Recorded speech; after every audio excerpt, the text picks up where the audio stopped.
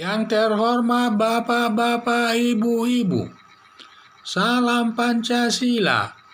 Bapak-bapak, Ibu-ibu yang melihat video saya ini, tolong jangan lupa subscribe, like, dan di-share.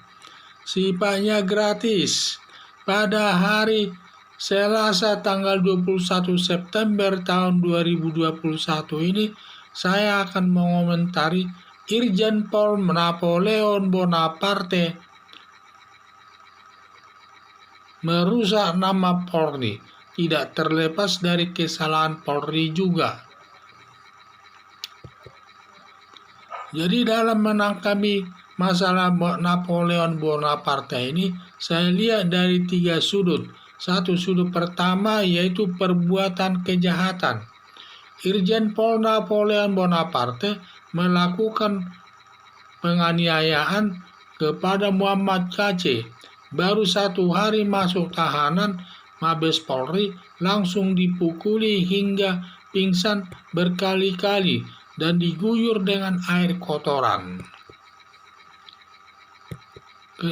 Poin kedua, kenapa bisa menganiaya? Ada dugaan Irjen Pol Napoleon Bonaparte ini dalam perkara korupsinya sudah dihukum hakim selama 4 tahun dan terdakwa banding, berarti belum ingkrah putusannya, hukumannya, sehingga belum bisa dipecat atau dicopot pangkatnya Irjen Pol tersebut, sehingga dia masih sah menggunakan pangkat Irjen Pol tersebut, sehingga masih sahnya menggunakan pangkatnya Irjen Pol, sehingga karena masih pangkat Irjen Pol bintang 2, semua aparat Mabes Polri, terutama petugas-petugas tahanan sangat menghormatinya, dan kesempatan itu digunakan Napoleon Bonaparte bebas masuk keluar masuk sel Muhammad KC dengan bersama-sama membawa tahanan lainnya, sehingga mereka bersama-sama menganiaya Muhammad KC tersebut. Baik tahanan disuruh tahanan untuk memukulinya, dan juga termasuk Napoleon Bonaparte ikut melakukan pemukulan tersebut. Karena dia masih pangkat irjen, semua orang-orang di sekitar Mabes Polri tersebut yang pangkatnya di bawah bintang 2 tak pasti hormat sama dia, sehingga apalagi petugas-petugas dan tahanan tersebut pangkatnya itu rendah-rendah semua, pasti takut melihat atau segan sekali dia melihat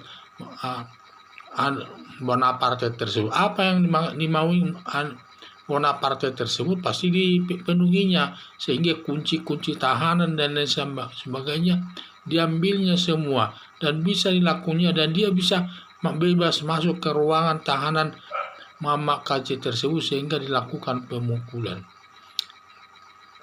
Kesalahan jaksa dan Polri. Dalam hal ini ada juga kesalahan jaksa dan Polri.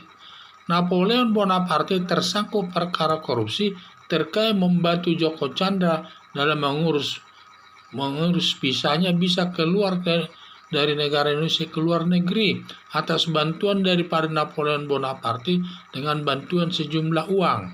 Dan pada saat itu atas perkara tersebut, di mana Bonaparte tersebut dihukum hakim selama 4 tahun, dan selama 4 tahun ini dia banding.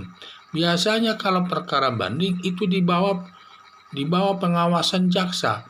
Biasanya jaksa kalau menahan orang itu di rutan atau rumah tahanan negara, dan tidak ada di Mabes Polri. Mabes Polri namanya tahanan tersangka itu, yaitu tahanan yang di bawah pemeriksaan polisi. Jadi masuk kewenangan dari kepolisian.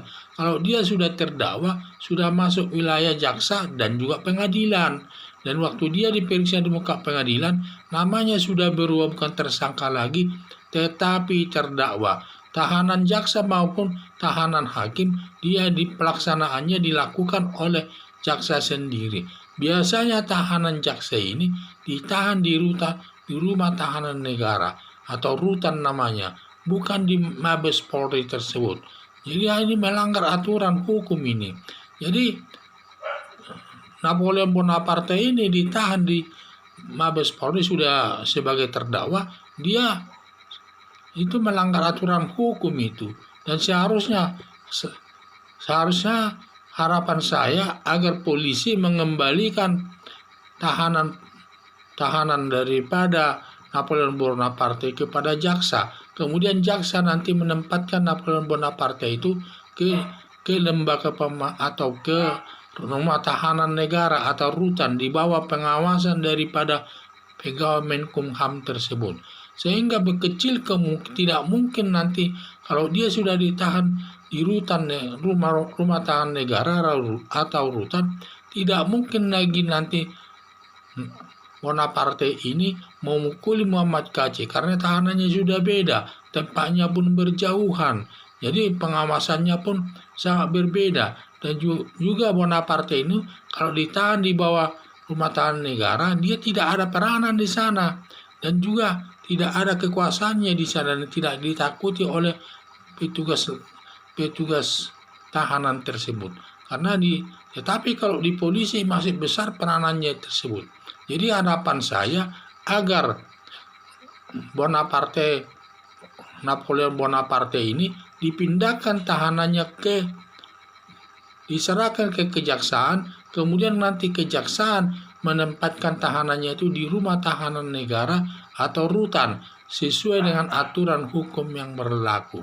Sekian dan terima kasih.